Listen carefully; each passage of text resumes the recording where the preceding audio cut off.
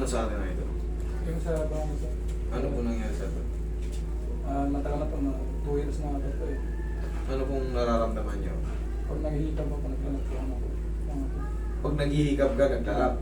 Okay, ganito ang gagawin mo.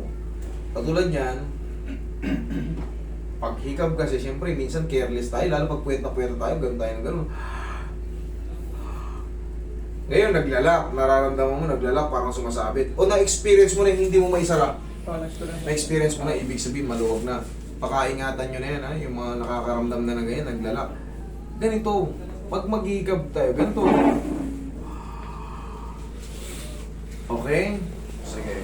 Higa ka dyan. Ayun. Sige. Papati ka ko tayo. Sige nga. Sarap. Nga. Sarap. Okay. Nangangalay. Sige nga. Dahan-dahan sarap. Diyan ka lang. Huwag mo muna ibubuha.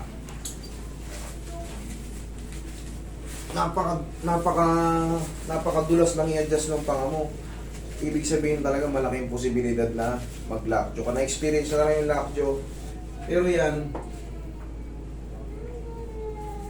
para maalis yung mga ganun, kailangan yung limitahan talaga yung hikab nyo. Or kahit malimit kayo magano, kahit maghikab-hikab tayo, pero kailangan marunong na tayo sa paghikab. Alam nyo na yan, ganun o.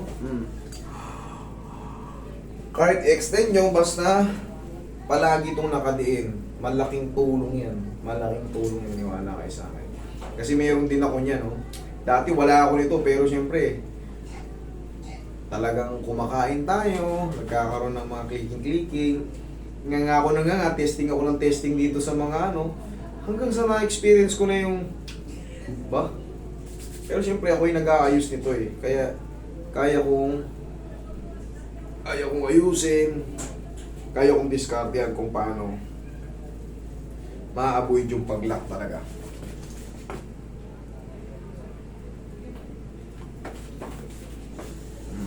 Kaya nga sir. Hindi ganito. Pag-ihikab, ganito. Yan. Okay, ganun tama pag-ihikab. O, ngayon nga.